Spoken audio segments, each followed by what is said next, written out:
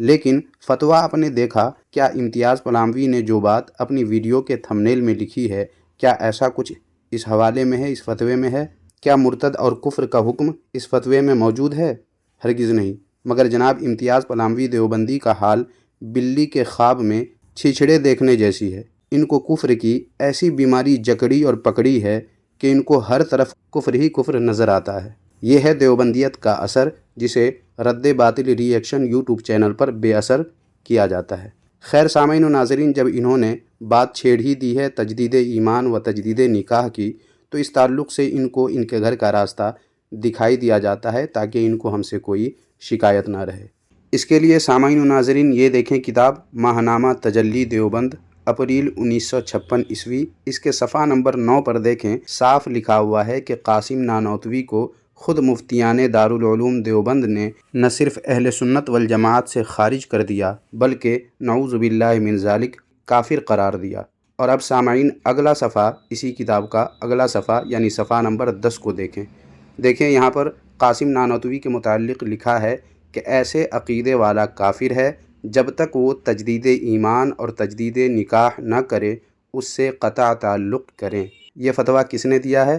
دارالعلوم دیوبند کے مفتیوں نے۔ تو جناب امتیاز پلاموی دیوبندی وہابی، کیا آپ کے اس قاسم نانوتوی نے تجدید ایمان اور تجدید نکاح کیا؟